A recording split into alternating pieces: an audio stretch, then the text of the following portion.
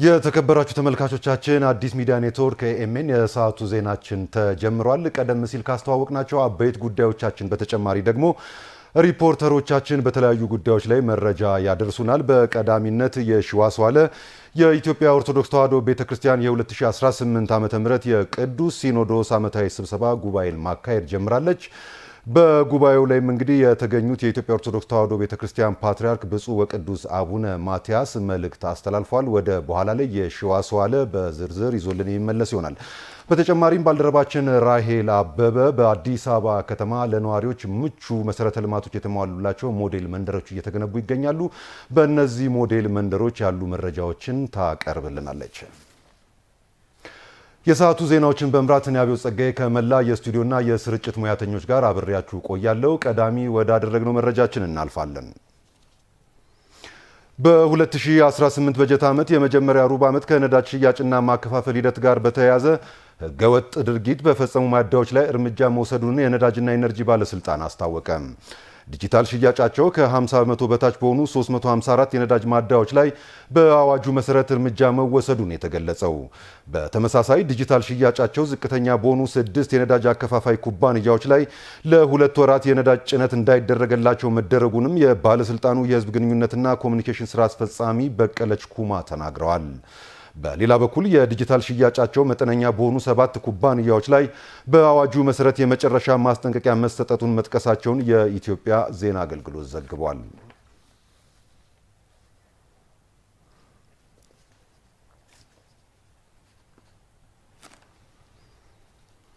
በአማራ ክልል በተያዘው የበጀት ዓመት ንጹህ የመጠጥ ውሃ አቅርቦትን ለህብረተሰቡ ይበልጥ ተደራሽ ለማድረግ የሚያስችሉ የውሃ ተቋማት ግንባታና ጥገና በመከናወን ላይ እንደሚገኝ የክልሉ ውሃና ኢነርጂ ቢሮ አስታወቀ።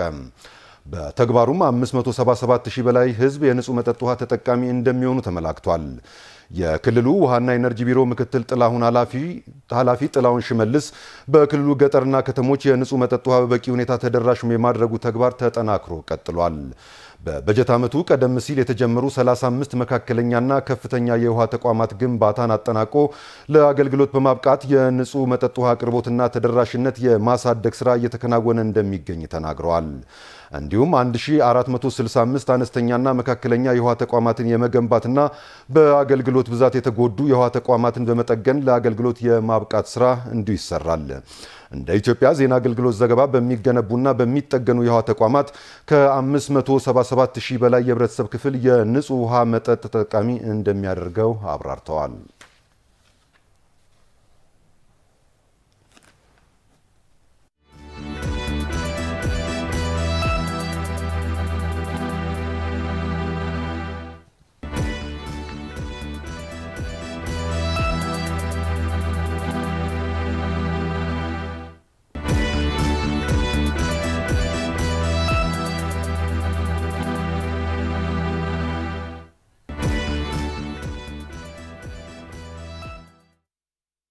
የምንመለከታቸው መረጃዎቻችን እናልፋለን። ኢትዮጵያውያን ያለ ልዩነት አዲስ አበባን ለመቀየርና ማህበራዊና ኢኮኖሚያዊ ችግሮቿን ለመፍታት በጋራ በመቆማችን ልንኮራ ይገባል ሲሉ የኢፌዴሪ የህዝብ ተወካዮች ምክር ቤት አፈ ጉባኤ ታገሰ ጫፎ ገለጹ። የአዲስ አበባ ከተማ አስተዳደር በ2017 በጀት ዓመት በከተማዋ በተከናወኑ የበጎ ፍቃድ አገልግሎት ስራዎች የላቀ አስተዋጽኦ ላደረጉ አካላት እውቅና ሰጥቷል። ሰብስቤ ባዩ ተጨማሪ አለው።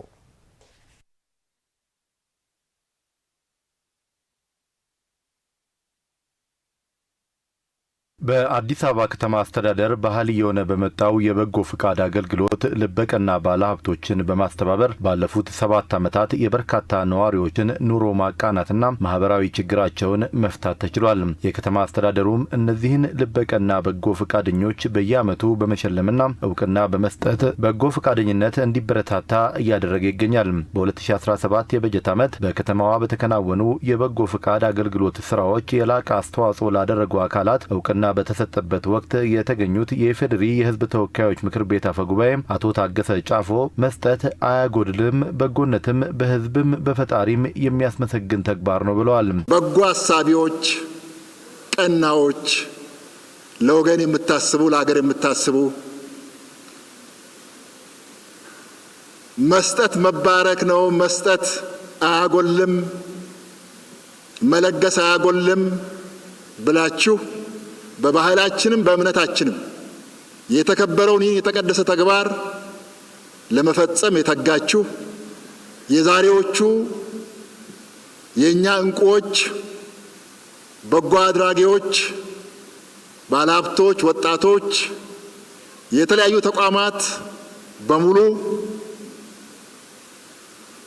ከልብ የመነጨ ምስጋናዬን በራሴና በፌዴራል መንግስት ስም ላቀርብላችሁ እወዳለሁ። ኢትዮጵያውያን ያለ ልዩነት አዲስ አበባን ለመቀየርና ማህበራዊና ኢኮኖሚያዊ ችግሮቿን ለመፍታት በጋራ በመቆማችን ልንኮራ ይገባል ሲሉም ነው አፈጉባኤው የገለጹት። በአንድነት መኖር፣ ለሀገር መኖር፣ ለወገን መኖር፣ በአንድነት ደግሞ በክብር መሄድ እጅግ ደግሞ ተፈላጊ ነው። ኢትዮጵያውያን ሁላችንም ዘር፣ ቀለም፣ ሃይማኖት ሳይለየን ብዝሃነታችንን ጠብቀን እችን የብልጽግና ተምሳሌት የሆነች ከተማ አዲስ አበባን ለመቀየር ማህበራዊና ኢኮኖሚያዊ ችግሮቿንም በጋራ ለመፍታት መሰረተ ልማቶቿንም በጋራ ለማደስ በጋራ መቆም በመቻላችን ልንኮራ ይገባል። እጅግ አድርገን እናመሰግናለን። በድጋሚ የከተማ አስተዳደሩ በየደረጃው ያለ አመራር በጎ ፈቃደኞችን በማስተባበር የነዋሪዎችን ማህበራዊና ኢኮኖሚያዊ ችግሮች ለመፍታት ጥረት ከማድረግ ባለፈም ከተማዋ እንድትዘምንና እንድታድግ ለሚያደርገው ተግባርም ምስጋና ይገባዋል ነው ያሉት አፈጉባኤ ታገሰ ጫፎ። የከተማ አስተዳደሩ ከንቲባ ክብርት አዳነች አቤቤ፣ መላው ከፍተኛ አመራር፣ በክፍለ ከተማ ያለው በየወረዳው ያለው አመራር ይሄ የበጎ ስራ እንዲሳካ ቀን ከሌት በማስተባበር ከናንተ ጋር አብሮ በመዋል ላደረጉት አስተዋጽኦ እና እንደዚሁም እንደምታዩት እውነትም አዲስ አበባ እንደ ስሟ አዲስ አበባ እንድትሆን ለማድረግ ቀን ከሌሊት ምሽት የተንቀሳቀሱ በዝናቡ፣ በውርጩ፣ በብርዱ ሁሉ ቆሞ ያገለገሉ እነዚህን አመራሮች አንድ ጊዜ እንድታመሰግኗቸው ፈልጋለሁ። አርአያነት ያለው የበጎ ፍቃድ ስራ ተጠናክሮ ሊቀጥል እንደሚገባም ነው አፈጉባኤው ያሳሰቡት። እንደው ለማመስገንም ለመተቸትም ስራው ሲሰራ ነው። ቀላል አይደለም። ስራው ብዙ ዋጋ ተከፍሎ የሚሰራ ስራ ስለሆነ ማለት ነው። ክቡር ጠቅላይ ሚኒስትራችንም ይህን ስራ እንዲሳካ ቀን ከሌሊት ከጠዋት እስከ ማታ አብሮ ከነሱ ጎን በመቆም ስራውን በመምራት ሐሳብ በማመንጨት ላደረጉት አስተዋጽኦ ላቅ ያለ ምስጋና እንዳቀርብ ይፈቀድልኝ።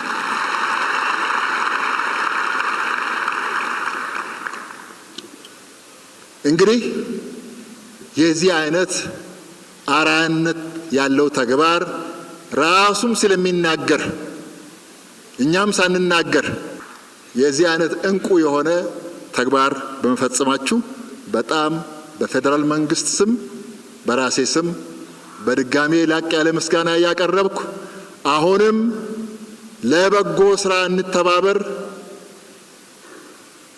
ለበጎ ስራ እጃችን እናበርታ። ይሄ ሲሆን ፈጣሪም ከኛ ጎን ነው። አገራችንም ትቀየራለች፣ ትለወጣለች። የማንሰራራት ዘመናችን ስራችን እውን ይሆናል። በእውቅና መርሃ ግብሩ ከ1 ሚሊዮን ብር እስከ 2.2 ቢሊዮን ብር በላይ አስተዋጽኦ ያደረጉ በጎ ፈቃደኞች ከሰርቲፊኬት እስከ ፕላቲኒየም ደረጃ እውቅና የተሰጣቸው ሲሆን ሚድሮክ ኢንቨስትመንት ግሩፕ ባደረገው ከፍተኛ አስተዋጽኦ የዓመቱ ልዩ ተሸላሚ ሆኗል።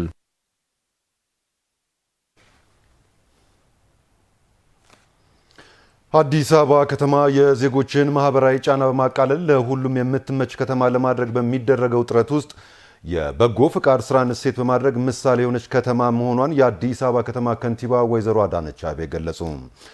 በከተማዋ ባለፉት 7 ዓመታት ውስጥ ብቻ ከ42.5 ቢሊዮን ብር በላይ የሚተመኑ የበጎ ፍቃድ ስራዎች መሰራታቸውንም ከንቲባ አዳነች አቤቤ ገልጸዋል። የአዲስ አበባ ከተማ አስተዳደር በበጎ ፍቃድ አገልግሎት በንቃት ለተሳተፉ አካላት እውቅናና ሽልማት ሰጥቷል። ዳንኤል መላኩ ተጨማሪ አለው። የአዲስ አበባ ከተማ አስተዳደር በተለያዩ የበጎ ፍቃድ ተግባራት ላይ ተሰማርተው ማህበረሰቡን ሲያገለግሉ ለነበሩ በጎ ፍቃደኞች መስጠት አያጎድልም በሚል መሪ ሀሳብ እውቅና ሰጥቷል። የአዲስ አበባ ከተማ ከንቲባ ወይዘሮ አዳነች አቤቤ በጠቅላይ ሚኒስትር ዶክተር አብይ አህመድ በይፋ የተጀመረው የበጎ ፍቃድ ስራ ዛሬ ላይ የከተማዋ እሴቶች የነዋሪዎች የዕለት ተዕለት ተግባር ሆኗል ብለዋል። አዲስ አበባ ከ7 ዓመታት ወዲህ በወጣቶቿ፣ በባለ ሀብቶቿ፣ በመንግስት የሥራ ኃላፊዎች በአጠቃላይ በነዋሪዎቿ ከበጋ እስከ ክረምት እንዲሁም ዓመቱን ሙሉ የዘለቀ የበጎ ፍቃድ ተሳትፎ መገለጫ ተምሳሌት እየሆነች መጥታለች። በመሆኑም በመዲናችን በጎ ፈቃደኝነት እድሜን፣ ጾታን፣ ማንነትን፣ የገቢ መጠንን ሳይለይ በተግባር በአንድነት ሁሉም እንዲቆም ማድረግ የቻለ የህይወት ዘይቤ እየሆነ መጥቷል። ባለፉት 7 ዓመታት ውስጥም በከተማዋ ከ42.5 ቢሊዮን ብር በላይ የበጎ ፍቃድ ስራዎች ተከናውነዋል ያሉት ከንቲባዋ በነዋሪው በባለሀብቱና በመንግስት ሰራተኛው በበጎ ፍቃድ ተግባር የበርካታ አቅመ ደካማ ነዋሪዎች ደሳሳ ጎጆ እንዲታደስ የብዙዎቹ ተስፋም እንዲለመልም ምክንያት ሆኗልም ብለዋል። የመንግስታችን አንዱ መለያ የሆነው ሰው ተኮር ፖሊሲን በተሟላ ሁኔታ በከተማችን በመተግበር ከ42.5 ቢሊዮን ብር በላይ የሚገመት የበጎ ፍቃድ ስራዎችን በከተማችን አከናውነናል። የብዙ አቅመ ደካሞችን፣ የአገር ባለውለታዎችን፣ ለከፋ ማህበራዊ ችግር የተጋለጡ ወገኖቻችንን በመደገፍ የሚፈሱ እንባዎች ታብሰዋል። የዘመሙ ጎጆዎች ተቃንተዋል። ተስፋቸውም በመለምለም ህይወታቸው ዳግም በደስታ የተሞላ ለማድረግ የሚያስችል የትብብርና የጋራ አሻራ ተቀምጧል። በበጎ ፍቃድ ስራና ባልተቋረጠ የመደጋገፍ እሴት አዲስ አበባ ምሳሌ ሆናለች ያሉት ከንቲባዋ አሁን ላይ የከተማዋ ነዋሪዎች የሚሳተፉባቸው በርካታ የበጎ ፍቃድ ተግባራት እየተተገበሩ ስለመሆኑም ገልጸዋል። አሁን ላይ በከተማችን በሚሊዮን የሚቆጠሩ የከተማችን በጎ ፍቃደኞች በአረንጓዴ አሻራ፣ በደም ልገሳ፣ በአካባቢ ጽዳት፣ በአቅመ ደካማ ቤቶች ግንባታና እንዲሁም ጥገና፣ በትራፊክ ህግ ማስከበር፣ በሰላም ሰራዊት፣ በምገባ ማዕከል፣ በትልልቅ የከተማችን የልማት ስራዎች ከመስከረም እስከ መስከረም እየተሳተፉ የበጎነት ስራ የመደበኛ ስራቸው አካል አድርገው ቀጥለዋል። በጎ ፍቃድ ተግባር በከተማዋ የዕለት ክንውን አካል እንዲሆን ላደረጉት ጠቅላይ ሚኒስትር ዶክተር አብይ አህመድና በበጎ ፍቃድ እንቅስቃሴዎች ተሳትፎ ላደረጉ በጎ ፍቃደኞች ምስጋና ያቀረቡት ከንቲባዋ በጎ ፍቃደኞች ትውልድ የሚያመሰግነው በጎ ስራቸውን አጠናክረው እንዲቀጥሉም ጥሪ አቅርበዋል። በየዓመቱ እውቅና በመስጠትና ስማቸው በበጎ ፈቃድ መዝገብ ላይ እንዲሰፍር ይደረጋል። በአገልግሎታችንም ውስጥ ቅድሚያ ከሚያሰጡ መስፈርቶች ውስጥ አንዱ እንዲሆን ተደርጓል። በዚህ አጋጣሚ አርአያ ሆነው ያስጀመሩና ያስቀጠሉንን ክቡር ጠቅላይ ሚኒስትራችን ዶክተር አብይ አህመድን በራሴና በከተማው ሕዝብ ስም ከልብ ማመስገን እወዳለሁ። በመጨረሻም በበጎ ፍቃድ ስራ ላይ አይረሴ አሻራችሁን ያሳረፋችሁ ሁሉ በከተማችን ነዋሪ፣ በራሴ ስም፣ በአጠቃላይ በከተማ አስተዳደራችን ስም እጅግ አድርጌ ላመሰግናችሁ እወዳለሁ። በጎነት አያጎልም። በበጎነት ባወጣችሁት ላይ ፈጣሪ አምላክ አብዝቶ ይጨምርላችሁ ማለት እወዳለሁ። የበጎነት ተግባራችሁንም አጠናክራችሁ እንድትቀጥሉ ጥሪ ማድረግ እወዳለሁ።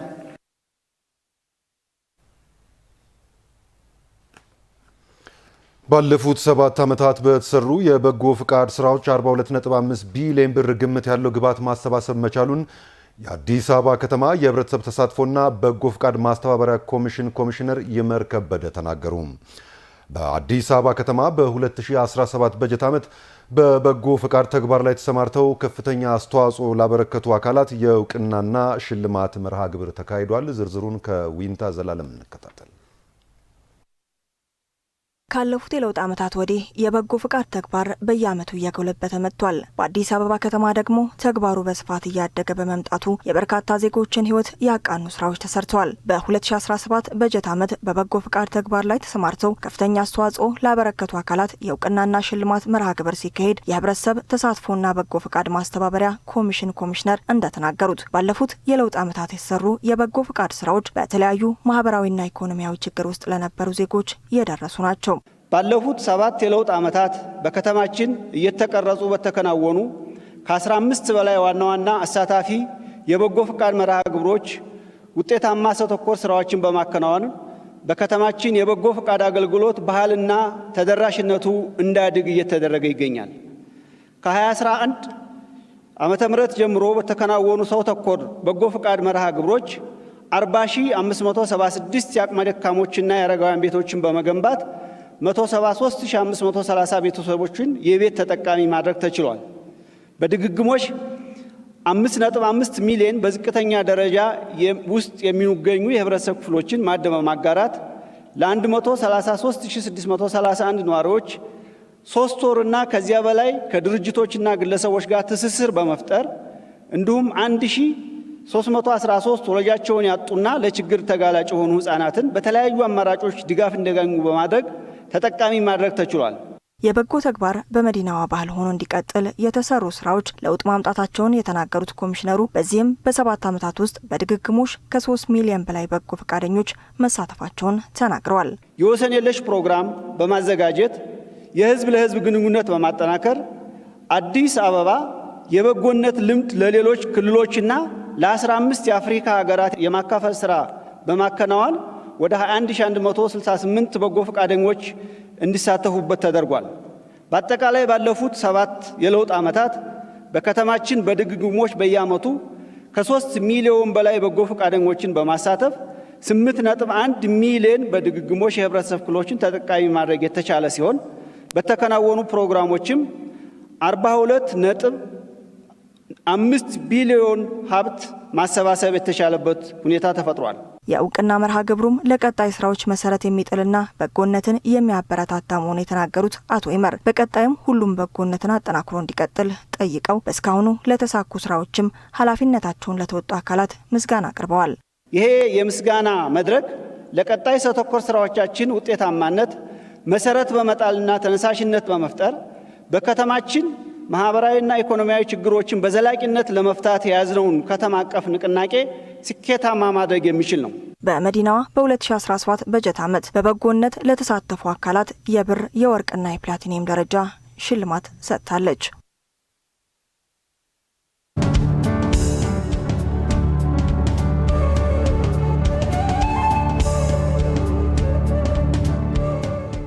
ሰላም እንዲመጣ እንለምናለን። ሰላም እንዲመጣ እንሰራለን። ሰላም እስኪመጣ ግን አንቀመጥም፣ እናለማለን። ምርጫችን እንደሱ ነው። ብዙዎች ሰላም እያሉ ኢትዮጵያ ውስጥ ባለፉት 100 ዓመታት ሰላም አልነበረም። አሁን ፌስቡክ እና ዩቲዩብ ስላለ በየቀኑ ስለምንሰማው ነው እንጂ የበዛው ሰላም አልነበረም። የአፄ ቴዎድሮስ ታሪክ ዘመቻ ነው። የአፄ ዮሐንስ ታሪክ ዘመቻ ነው። የመንግስቱም በኋላም የነበረው ሽፍታ ኢትዮጵያ ውስጥ ጠፍቶ አያውቅም። ወንበር ለማጽናትና ሽፍታ ለማሳደድ 100% የደከሙ መሪዎች ሶፍ ዑመርን ዘንግተውታል። ትርፍ ያገኘነው እሱን ነው። ሽፍታ ባህል ስለሆነ እያጠፋ ነው። በአንድ እጃችን እናለማለን ካላልን በቀር ራሱ የምንመኘውን ሰላም አናመጣም፣ አናጸናም። ሰላም ከልማት ውጭ አይጸናም። የእያንዳንዱን ከባቢ ጸጋ ለይተን አውቀን ማውጣት ስንችል ያ ደግሞ ሲሰናሰል ሲደመር ኢትዮጵያ እጅግ ያማረችና የበለጸገች ሀገር ያረጋታል። ምንመኘው የሚጣፍጠው ማር ተቆርጦ የተዘጋጀው ማር ብቻ ነው። ማሩ ያለፈበትን መንገድ የሚፈልግ ኢትዮጵያዊ መፈጠር አለበት።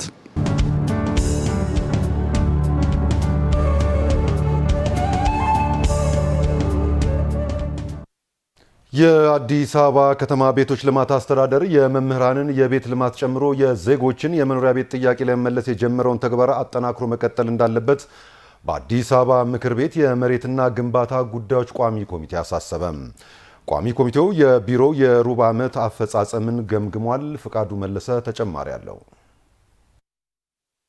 በአዲስ አበባ ከተማ ምክር ቤት የመሬትና ግንባታ ጉዳዮች ቋሚ ኮሚቴ ከሚከታተላቸው አስፈጻሚ ተቋማት መካከል የአዲስ አበባ ከተማ ቤቶች ልማትና አስተዳደር ቢሮና ተጠሪ ተቋሙን ያለፉትን 3 ወራት እቅድ አፈጻጸም ገምግሟል። የቢሮ ኃላፊ ወይዘሮ ቅድስት ወልደ ጊዮርጊስ ባቀረቡት ሪፖርት የቤት ልማት አማራጮችን በማስፋት የቤት አቅርቦቱን ማሳደግ የሚያስችሉ ተግባራት መከናወናቸውን አንስተዋል።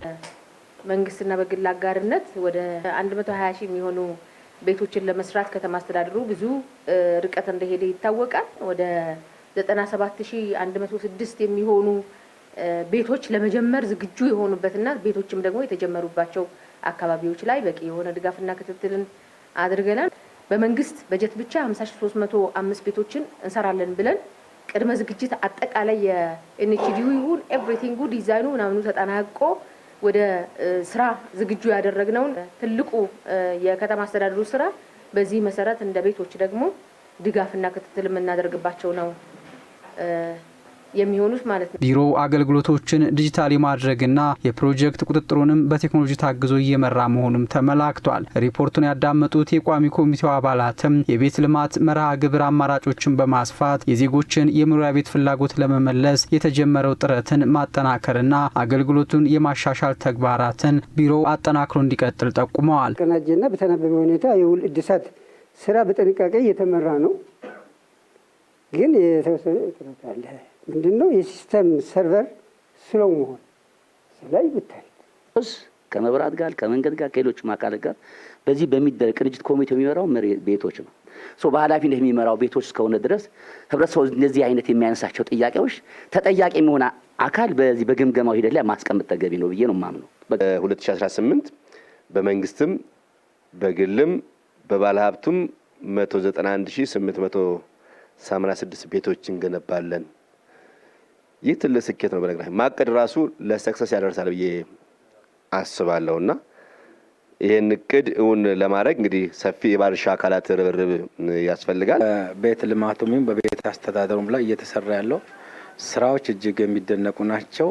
ከዛ ዋናው የዲጂታል ስራ ሲሰሩ ስለነበረ እሱ ወደ ስራ ማስገባታችሁና ኦንላይን የሚሰሩ ጉዳዮችና ሳይቶቻችሁን ባላችሁበት ተቀምጣችሁ የምትከታተሉበት ነገር የሚደነቅ ነው። አገልግሎትን በማዘመንና ፕሮጀክቶችን በቴክኖሎጂ ታግዞ በመምራት የተሻለ አፈጻጸም መታየቱን የገለጹት የመሬትና ግንባታ ጉዳዮች ቋሚ ኮሚቴ ሰብሳቢ ዶክተር አቶሚ አበበ ቢሮው የመምህራንን የቤት ልማት ጨምሮ የዜጎችን የመኖሪያ ቤት ጥያቄ ለመመለስ የጀመረው ተግባር የሚበረታታ ነው ብለዋል። የመምህራንን ጨምሮ በህብረት ስራ ማህበራት አንድ አማራጭ አድርጎ የቤት ጥያቄን ምላሽ መስጠትም መልካም አፈጻጸም ነው ማለት ነው። ስለዚህ ከዚህም ጋር ተያይዞ የሰራችሁትን የተሻለ አፈጻጸም ብለን ነው የምንወስደው። አማራጭ የፋይናንስ ምንጮች ማፈላለግ በርከት ያሉ አማራጮችን ነው የሚያመላክተውና ከዚህም አንፃር በሙያ በትኩረት መስራትንም ጭምር ያሳያልና ከዚህም አንፃር የተሻለ አፈጻጸም ነው ብዬ ነው እማነስ። በጋራ መኖሪያ ቤቶች የመሰረተ ልማት አቅርቦትን ማሟላትም በቀጣይ ትኩረት ተደርጎበት በቅንጅት መስራት እንደሚገባም ነው ዶክተር አቶሚ ያሳሰቡት። መኖሪያ ቤቶች ጋር በተያያዘ ማንሳት የምፈልገው መሰረተ ልማት አቅርቦት ክትትል የሚለው 100% ብሎ ነው የሚያስቀምጠውና ምን ያክል ለውጥ እንዳላችሁ በደንብ ነው መመስከር የምንችለው።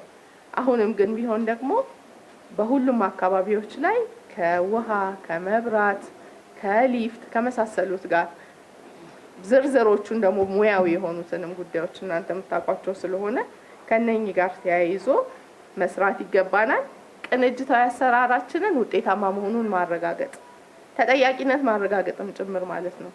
አሁን እናንተ ስትሄዱ ህዝብ ለምን ቤቶች አላሟላልኝም ብሎ ይጠይቃል አይደል? በዚህ አመት ደግሞ በተለየ ሁኔታ ቅንጅቱንም እንደ ከተማ በክላስተር ተደራጅተው ውጤታማነታቸው የሚረጋገጥበት መንገድ ብለናል። ስለዚህ ከዛም አንፃር በዛ መልክ ይረዳችኋል ብዬ አምናለሁኝ። ስለዚህ ያንን ማየት ይገባል።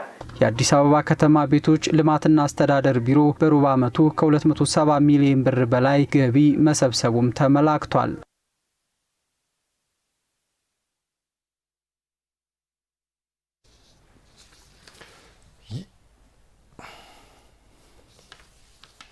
የተከበራችሁ ተመልካቾቻችን የምትከታተሉት ከአዲስ ሚዲያ ኔትወርክ ኤኤምኤን የሚተላለፈውን የዕለተ ረቡዕ የምሳሳ ዜናችን ነው። ወደ ቀሪ መረጃዎቻችን እናልፋለን።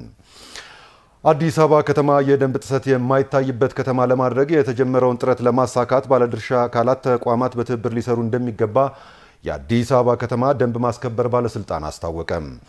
ባለስልጣኑ በ2018 በጀት ዓመት በአንደኛው ሩብ ዓመት ከባለድርሻ ተቋማት ጋር ያከናወናቸውን ተግባራት በተመለከተ ግምገማ አካሂዷል። ግምገማውን የተከታተለው ሪፖርተራችን ቴዎድሮስ ይሳ ነው። ተጨማሪውን አብረን እንከታተል።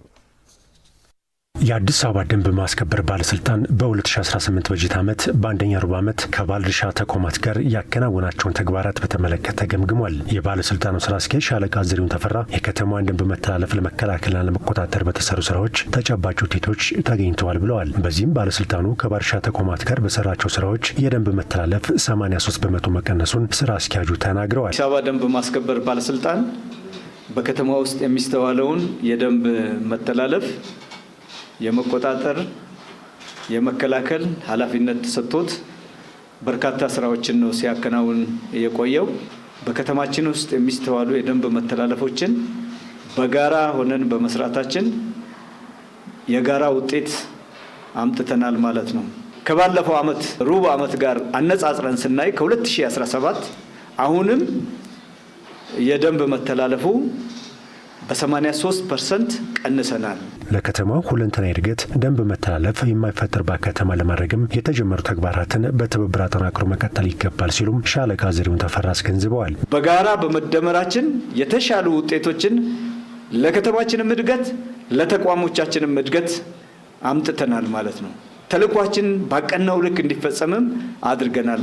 83% ብንደርስም በቀሪ የአመቱ ሩብ ዓመቶች ደግሞ ወራቶች ደግሞ የበለጠ ሰርተ በየራሳችን በአዋጅና በደንቡ መሰረት የተሰጠንን ተልኮ እየፈጸምን እየተናበብን ከየን ግን አዲስ አበባን ውብ ጽዱ በፍጹም የደንብ መተላለፍ የማይታይባት ከተማ መፍጠር እንችላለን። በቅንጅት በተሰሩ ስራዎች ታሪክ የሚመስሉ በርካታ ውጤቶች መገኘታቸውን የገለጹት የባለድርሻ ተቋማት ተወካዮች በቀጣይም ቅንጅታዊ አሰራርን በማላቅ ለከተማዋ እድገት የሚጠበቅባቸውን እንደሚወጡ ተናግረዋል። በጋራ መስራት ከጀመርን በኋላ ታሪክ የሚመስሉ በእኛ ተቋም ታሪክ የሚመስሉ ጉዳዮች እዚህ ከተማ ውስጥ ታይተዋል። የአዲስ አበባ ወንዞች ሰው ማይጠጋባቸው በጣም የሚሸቱ ለተለያየ አገልግሎት የማይውሉ ሰው ከወንዝ የሚሸሽ ታሪክ ነው የነበረና ይሄን ከመቀየር አንፃር ተቀናጅተን በርካታ ስራዎችን ሰርተናል። ከተማዋ ስሟን እንደምትመጠን እንድትሆን ለማድረግ የሚሰራው ስራ ውስጥ ሚናው ከፍ ብሏል። ይሄን ተቀናጅተን ሰርተን ማሳይተናል ማለት ነው። ተቋሙ ሰፊ ስራ እየሰራ ነው። እኛም ደግሞ በቅንጅታዊ አሰራር የሚጠበቅብንን ሁላችንም ሚናችንን መወጣትና በጋራ ከተማችንን የአፍሪካ ተምሳሌት ማድረግ ይጠበቅብናል። ያለፈውን 3 ወር 2550 ኪሎ ግራም በህገወጥ እርድ ታርዶ ሊከፋፈል የነበረ ስጋ በቁጥጥር የዋለበት ሁኔታ አለ ማለት ነው። ስለዚህ ህገወጥ እርድ ቁጥጥሩ ጥሩ ጅምር አለው፣ ጥሩ እንቅስቃሴ አለው፣ የሚያበረታታ ነው። መቀጠል አለብን። በዚህ ህገወጥ እርድ የሚያስከትለው ችግር ብዙ ስለሆነ የሁሉም ርብርብ ያስፈልገዋል። የአዲስ አበባ ደንብ ማስከበር ባለስልጣን ከ20 ተቋማት ጋር በትብብር እየሰራ እንደሚገኝም ተገልጿል። የተከበራችሁ ተመልካቾቻችን የምትከታተሉት ከአዲስ ሚዲያ ኔትወርክ ኤኤምኤን የሚተላለፈውን የዕለተ ረቡዕ የምሳሳ ዜናችን ነው። አሁን በቀጥታ የምንሻገረው ሪፖርተሮቻችን ከተለያዩ ስፍራዎች በተለያዩ ጉዳዮች ላይ በቀጥታ መረጃዎችን ወደሚያደርሱበት የዜና ምዕራፋችን ይሆናል። በዛሬው ዕለትም ሪፖርተራችን የሺዋስ ዋለ እንዲሁም ይታያል አጥናፉ በተለያዩ ስፍራዎች በተለያዩ ጉዳዮች ላይ መረጃዎችን ያደርሱናል። ወደ እነሱ እሻገራለሁ። የሺዋስ እንደምን ዋልክ? ይታያል እንደምን ዋላችሁ? እስቲ በቀዳሚ የማደርገው እንግዲህ ይታያልን ነው። የህዝብ ተወካዮች ምክር ቤት እንግዲህ የግብርና ጉዳዮች ኮሚቴ የባለ ብዙ ተዋናያን የግብርና ኤክስቴንሽን አገልግሎትና አስተዳደር ረቂቅ አዋጅን በተመለከተ ከባለድርሻ አካላት ጋር ምክክር እያደረገ ነው እንደሚገኘው። እስቲ አንተ በስፍራው ነው የምትገኘው። በምክክር መድረኩ በረቂቅ አዋጁ የቀረቡ ነገሮች ምንድናቸው? ባለድርሻ አካላት ምን አነሱ? ምን አበይት ጉዳዮች ተነሱ? እሺ አመሰግናለሁ። አንተም ቀደም ብለህ እንደገለጽከው በዚህ በህዝብ ተወካዮች ምክር ቤት ዋናው መሰብሰቢያ አዳራሽ የሕዝብ ተወካዮች ምክር ቤት የግብርና ጉዳዮች ቋሚ ኮሚቴ አንድ አንኳር ጉዳይ እየመከረ ነው የሚገኘው። እሱ ምንድነው? ባለብዙ ተዋንያን የግብርና ኤክስቴንሽንና አገልግሎት አስተዳደር ረቂቅ አዋጅ እየተዘጋጀ ነበር ከዚህ በፊት የተለያዩ ሂደቶችን አልፎ ለዚህ የደረሰ ረቂቅ አዋጅ ነው። የዛሬው መርሃ ግብር እንግዲህ ከተለያዩ ባለድርሻ አካላት በተለይ ከክልል ከሚመለከታቸው ባለድርሻ አካላት የምክር ቤቱ ቋሚ ኮሚቴ አባላት የጋራ ውይይት የሚያደርጉበት መድረክ ነበር። ከሁሉም የኢትዮጵያ ክልሎች የመጡ የግብርና እና ኤክስቴንሽን ባለሙያዎች ብቻ ሳይሆን የሚመለከታቸው ሌሎች አካላት የግብርና ምርምር እና ሌሎች ተያያዥ ከግብርና ጋር እና ከኤክስቴንሽን ጋር የሚሰሩ የግሉንም ዘርፍ ጭምር ያካተተ የውይይት መድረክ ነው እየተካሄደ ያለው። እንግዲህ ረቂቅ አዋጁ ባለፉት 50 ዓመታትና ከዛ በላይ ኢትዮጵያ ስትከተል የነበረውን የግብርና ዘርፍ ለመቀየር በተለይ በኤክስቴንሽን አገልግሎት ዘርፍ ተጨባጭ ለውጥ ለማምጣት የሚያስችል አዋጅ ነው ተብሎለታል። እንግዲህ አዋጁ ዛሬ ከነዚህ ከክልል ከመጡ ከፍተኛ ባለሙያዎችና አመራሮች ጋር የነበረ ውይይት የመጨረሻው አይደለም። ረቂቅ አዋጅ እንደመሆኑ ቀጣይ ውይይትም ይደረግበታል ተብሏል። እንግዲህ በውይይት መድረኩ የመክፈቻ ንግግር ያደረጉት በሕዝብ ተወካዮች ምክር ቤት የግብርና ጉዳዮች ቋሚ ኮሚቴ ሰብሳቢ አቶ ሰለሞን ላሎ ምንድነው ያሉት? ኢትዮጵያ ባለፉት 50 ዓመታት ስትከተል የነበረው የግብርና ኤክስቴንሽን ዘርፍ አሁን ላይ ለአሁን ዘመን አይመጥንም። ምክንያቱም የኢትዮጵያ ሕዝብ ቁጥር ከመጨመሩ አንጻር እንዲሁም ደግሞ የግብርናው ዘርፍ አሁን ከዓለም አቀፍ ተወዳዳሪነቱን ማሳደግ ስላለበት የግብርና ኤክስቴንሽኑ ዘርፍ ከዚህም በላይ መዘመን ምርትና ምርታማነትንም ደግሞ መንግስት ከሚከተለው እድገት አንጻር ተመጣጣኝ በሆነ መልኩ ሊያሳድግ በሚችል እንዲሁም ደግሞ የግል ዘርፉን በግብርና ኤክስቴንሽን ዘርፍ እንዲሳተፍ በር የሚከፍት መሆን ስላለበት ረቂቅ አዋጁ ያን በሚመጥን መልኩ ተዘጋጅቷል። ዛሬ የሚደረገው እንግዲህ ከክልሎች ጋር የሚደረገው ውይይት ለዚህ ረቂቅ አዋጅ አንደኛ ግብዓት ለማሰባሰብ ነው፣ ሁለተኛ ደግሞ የአስረጅ መድረክም ለማካሄድ ነው የሚል ሀሳብ ሰጥተዋል። እንግዲህ በመድረኩ ከተለያዩ ክልል የመጡ ኤክስፐርቶች እንዲሁም ቢሮ ኃላፊዎች የተለያዩ ጥያቄዎችን አንስተዋል። በረቂቅ አዋጁ ላይ የራሳቸውንም ሀሳብ ሰጥተዋል። ለምሳሌ ክልሎችን ተደራሽ ከማድረግ አንጻር ክልሎች ላይ አካባቢ ሁሉም ክልሎች ተመሳሳይ አይነት የግብርና ኤክስቴንሽን አወቃቀር ስለማይከተሉ አዲሱ ረቂቅ አዋጅ ሁሉንም ክልሎች ባማከለ መልኩና የክልሎችን የቢሮ እና የግብርና ኤክስቴንሽን አደረጃጀት ታሳቢ በማድረግ መልኩ ረቂቁን ከማዘጋጀት አንጻር ያላቸውን ጥያቄዎችም አንስተዋል። እንግዲህ በዘርፉ የሚመለከታቸው አካላትም ምላሽ ሰጥተዋል ማለት ነው።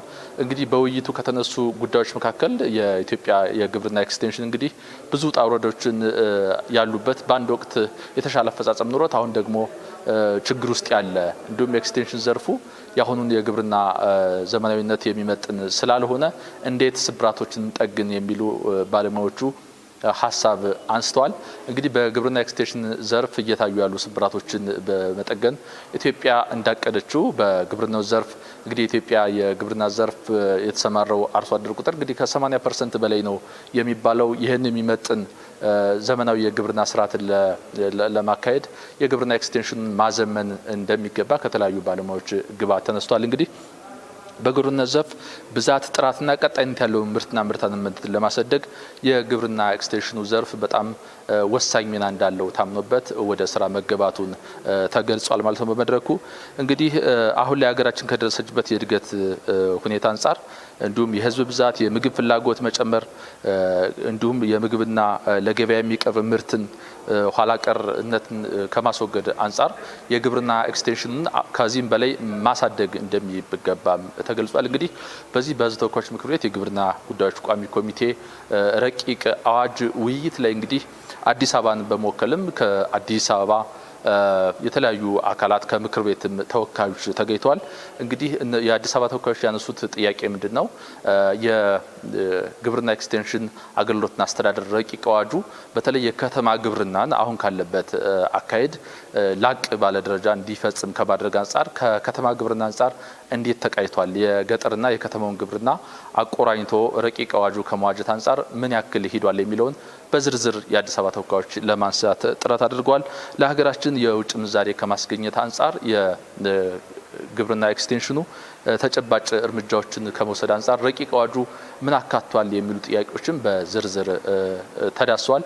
በተለይ ደግሞ ሰፊ መነጋገሪያ የነበረው በዚህ እስካሁን በኢትዮጵያ በተለመደው መልኩ የግብርና ኤክስቴንሽን አገልግሎት ስራ በስፋት በመንግስት ብቻ የሚሸፈን ሆኖ እናገኘዋለን።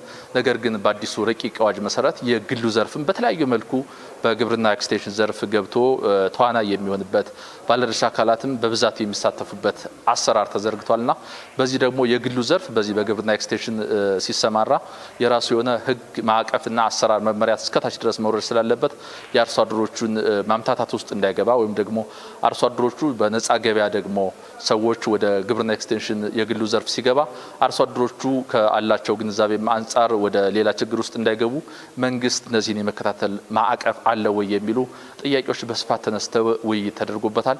እንግዲህ ይህ የአዲሱ የባለብዙ ተዋንያን የግብርና ኤክስቴንሽን አገልግሎት ረቂቅ አዋጅ ቀጣይ በርካታ መድረኮችም ይኖሩታል ተብሎ ይጠበቃል። እንግዲህ በመጨረሻ ብዙ ግብዓቶች ከተገኙበትና በርካታ ሀሳቦች ከመላ ሀገሪቱ ከተሰባሰቡ በኋላ ረቂቅ አዋጁ በምክር ቤት ይጸድቃል ተብሎ ይጠበቃል። ለጊዜው ያለኝ ሀሳብ ይሄ ነው። አመሰግናለሁ። ይታያል። ላደረስከን መረጃ እናመሰግናለን። መልካም ጊዜ። አሁን ደግሞ በቀጥታ የምንሻገረው ወደ ሪፖርተራችን የሺዋስ ዋለ ነው። በድጋሚ የሺዋስ ዋለ እንደምን አረፈድክ? እንግዲህ የኢትዮጵያ ኦርቶዶክስ ተዋሕዶ ቤተክርስቲያን የ2018 ዓመተ ምህረት የቅዱስ ሲኖዶስ ዓመታዊ ስብሰባን ወይም ደግሞ ጉባኤን እያካሄደች ትገኛለች። በጉባኤውም እንግዲህ የቤተክርስቲያኗ የሚመለከታቸው አካላት ተሳታፊ ይሆናሉ። ብፁዕ ወቅዱስ ፓትርያርክ አቡነ ማትያስም በጉባኤው ላይ ይገኛሉ። እስቲ የሺዋስ በአጠቃላይ ጉባኤው ያተኮረበት ዋነኛ አጀንዳ ምንድን ነው? ብፁዕ ፓትርያርክ አቡነ ማትያስስ ምን መልእክት አስተላለፉ?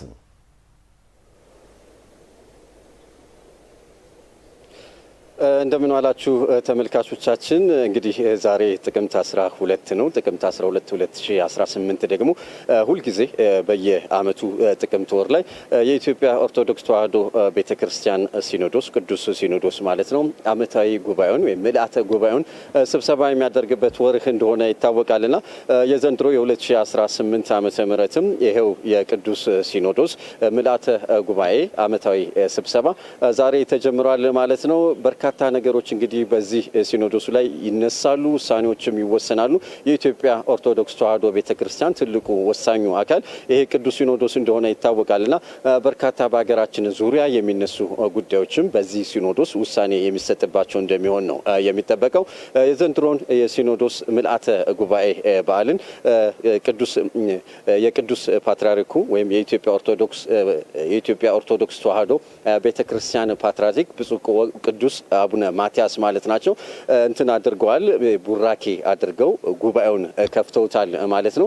በዚህ ጉባኤ ላይ እንግዲህ በርካታ ሀሳቦች ሲነሱ እንደነበሩ ተመልክተናል። ብፁዕ ወቅዱስ አቡነ ማትያስ ካነሷቸው ሀሳቦች መካከል ለሀገራችን እንግዲህ ትልቁ ነገር ባለፉት ቅርብ ዓመታት በተለይ ተግዳሮት ሆኖ የቆየው የሀገራችን ሰላምና አንድነት እንደሆነ አንስቷል። ለዚህም እንግዲህ የኢትዮጵያ ኦርቶዶክስ ተዋሕዶ ቤተክርስቲያን ጸሎት በማድረግ ነው ጉባኤውን የከፈቱት።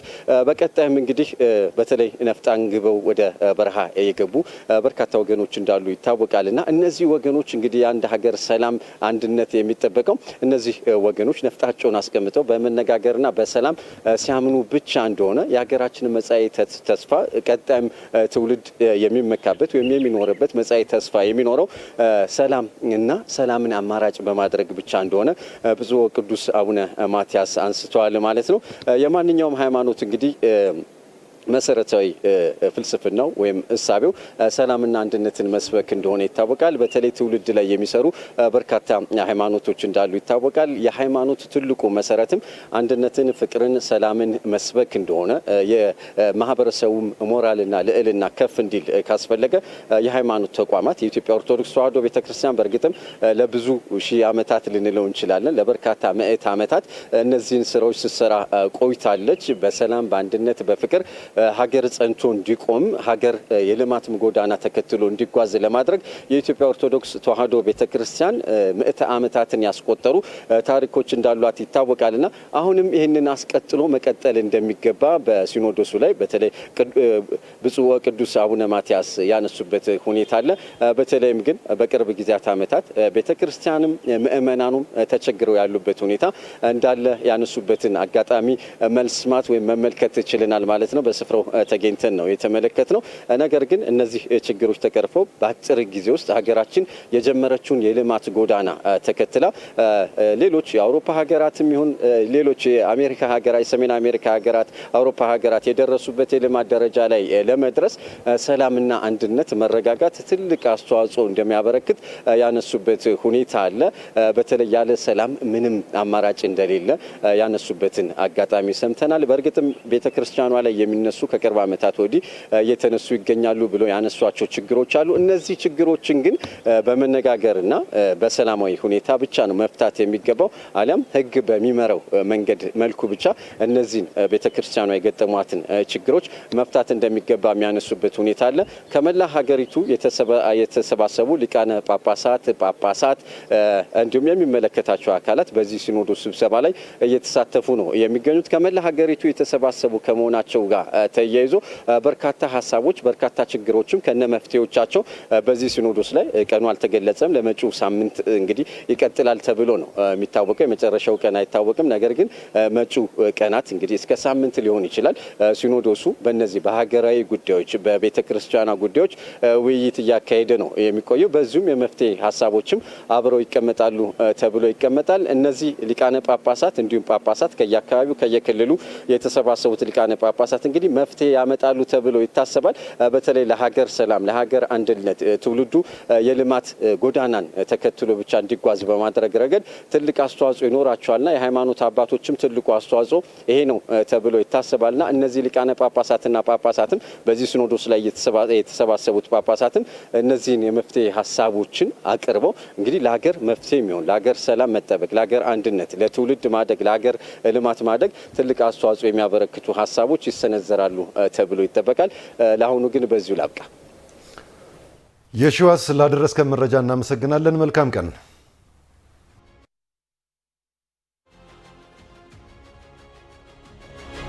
ሐሙስ ምሽት በቀጥታ ስርጭት ከ2 ሰዓት ጀምሮ በሚኖረን የአገልጋይ ዝግጅት የአዲስ አበባ ከተማ የሲቪል ምዝገባና የነዋሪነት አገልግሎት ኤጀንሲ ይመለከታል። በከተማ አስተዳደሩ የወሳኝ ኩነት ምዝገባን በበላይነት የመምራትና የማስተባበር ተልዕኮ የወሰደው ተቋም ኃላፊነቱን በአግባቡ እየተወጣ ስለመሆኑ በአገልጋይ ይፈተሻል።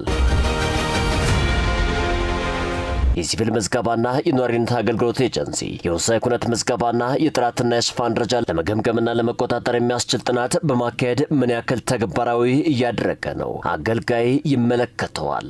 ሐሙስ ምሽት ቆይታውን ከአዲስ ሚዲያ ኔትወርክ ጋር ካደረጉ ኤጀንሲው የዲጂታል አገልግሎትን በከተማዋ ለማሳለጥ ምን ተግባራትን እያከናወነ ነው ስንል እንጠይቃለን። አገልጋይ እርሱሃሉ ብለው ጥያቄውን ያቀብሉን፣ ፈጥነን ምላሽ እናሰጣለን። አገልጋይ የፐብሊክ ሰርቪስና የሰው ሀብት ልማት ቢሮ ከአዲስ ሚዲያ ኔትወርክ ጋር በመተባበር ዘወትር ሐሙስ ምሽት በቀጥታ ስርጭት የሚቀርብ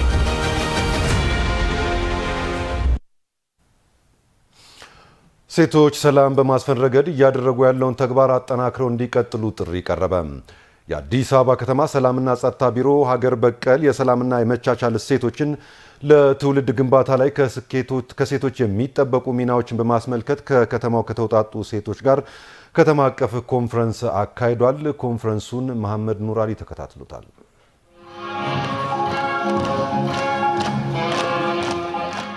የአዲስ አበባ ከተማ ሰላምና ጸጥታ ቢሮ ሀገር በቀል የሰላምና የመቻቻል እሴቶችን ለትውልድ ግንባታ ላይ ከሴቶች የሚጠበቁ ሚናዎችን በማስመልከት ከከተማው ከተውጣጡ ሴቶች ጋር ከተማ አቀፍ ኮንፈረንስ አከናውነዋል።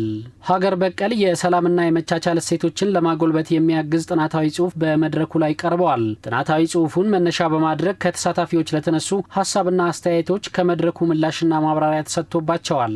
በመርሃ ግብሩ ላይ በመገኘት መልእክት ያስተላለፉት የአዲስ አበባ ከተማ ሰላምና ጸጥታ አስተዳደር ቢሮ ኃላፊ ወይዘሮ ሊዲያ ግርማ ሴቶች ለሰላም መረጋገጥ እያደረጉ ያለውን ተግባር አጠናክረው እንዲቀጥሉ ጥሪ አቅርበዋል። እንደተለመደው ከራሳችሁ ጀምራችሁ እጅግ ውድና በገንዘብ ለማይተመነው ሰላማችን ዘብ እንቁም።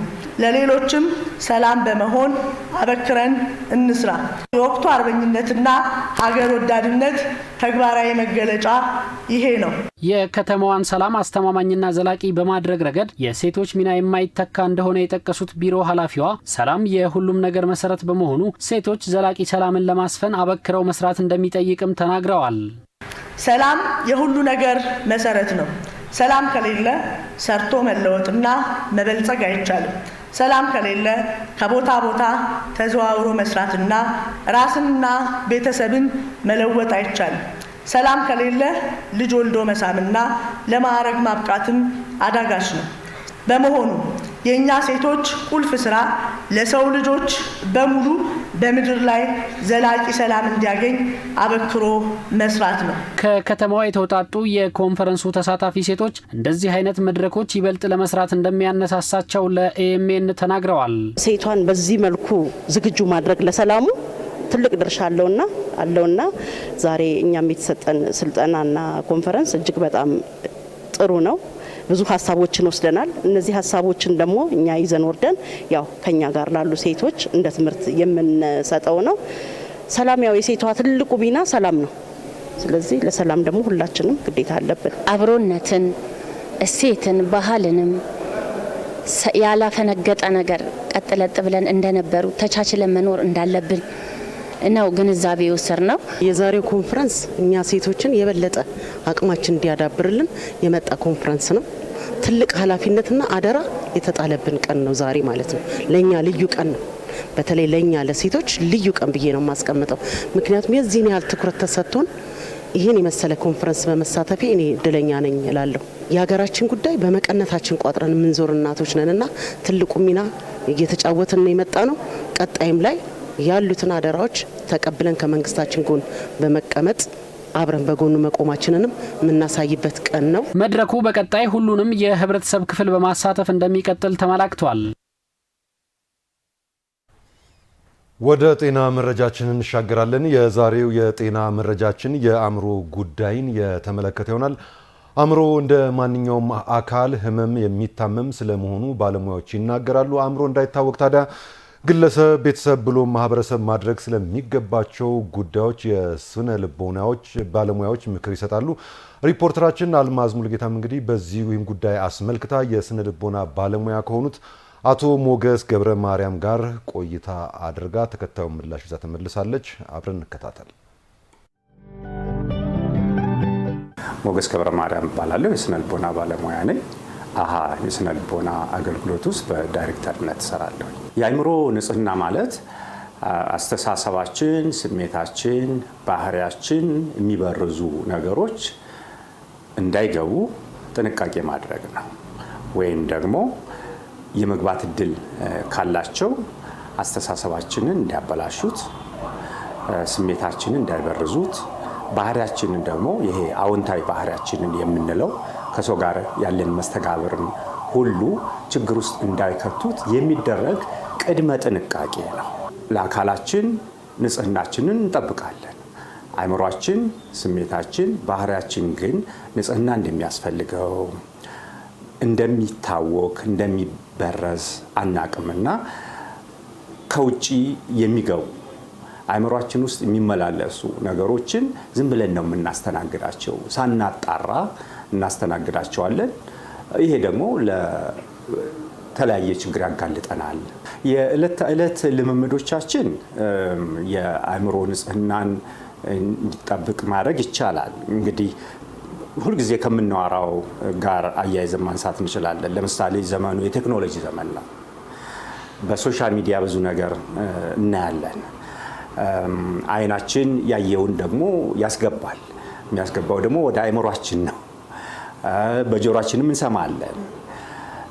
እነዚህ ሁሉ እንግዲህ ተጣርተው ሳይገቡ ችግር ስለሚፈጥሩ ያለንን እድል ቴክኖሎጂ እድል ስለሆነ ያንን በጥንቃቄ መያዝን ይጠይቃል ማለት ነው። ሌላው ልክ እንደ አካላዊ ጤንነታችን ስፖርት፣ አመጋገብ እንደምናስተካክለው ሁሉ የዕለት ተዕለት ህይወታችን በስፖርት የተገነባ ቢሆን አመጋገባችን የተስተካከለ ቢሆን በተመሳሳይ ለስሜታችን ለአስተሳሰባችን አስተዋጽኦ እናደርጋለን ማለት ነው። እንግዲህ እዚህ ውስጥ እንቅልፋችንን ሁሉ መጨመር እንችላለን።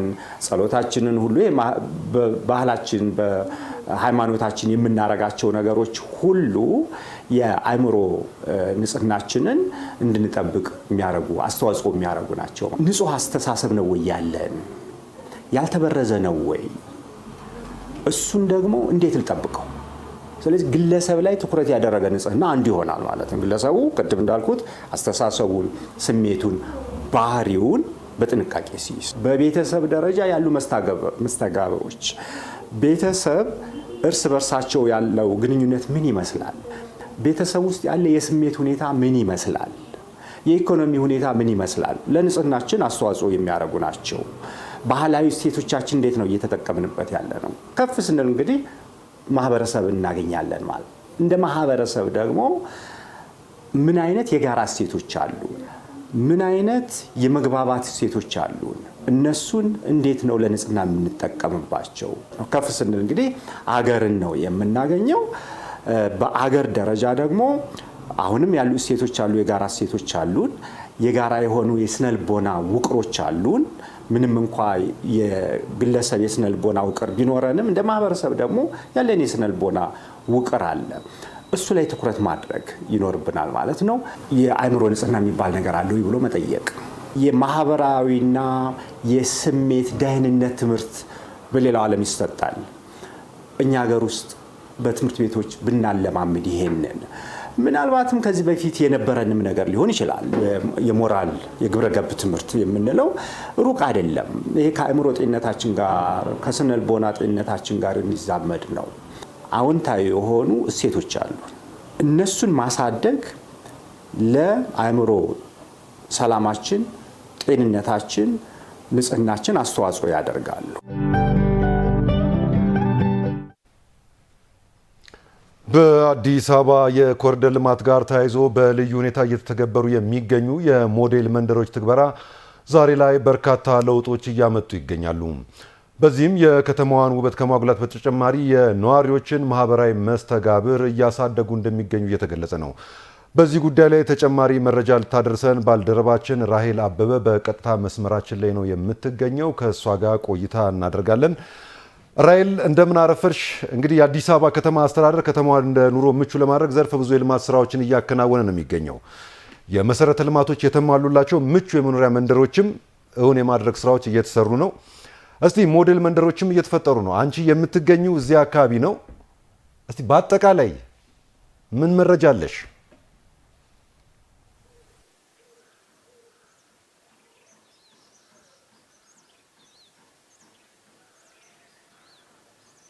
አመሰግናለሁ አብዮት። እንግዲህ ቀደም ሲልም በመግቢያ እንዳነሳኸው የፍጥነት የትግልና የህልም መዲናዋ አዲስ አበባ እንደ ነስር ራሷን እያደሰችና ወደሚገባት ክብርና ከፍታ ከመሻገርን ባሻገር በተለይ ከመዲናዋ ልማትና ለውጥ እኩል የሚራመድ ማህበረሰብን ለመፍጠር እንግዲህ በርካታ የልማት ስራዎችን ስታከናውን ቆይታለች። ከዛም ባሻገር ደግሞ በተለይ ከተማ አስተዳደሩ ከሚሰራቸው የልማት ስራዎች በስተጎን ደግሞ ማህበረሰቡን በማሳተፍና ማህበረሰቡ ለየአካባቢያቸው ትኩረት እንዲሰጡ በማድረግ እንግዲህ ከመዲናዋ ልማትና ለውጥን ባሻገር ደግሞ በርካታ ሞዴል መንደሮችንም እየፈጠረች ነው የምትገኘው። ከነዚህም መካከል እኔ አሁን የምገኝበት ቦሌ አካባቢ ወይም ደግሞ በቡልቡላ ወረዳ 12 ሰላም ሰፈር የሚባለው እንግዲህ አንዱና ዋነኛው ነው።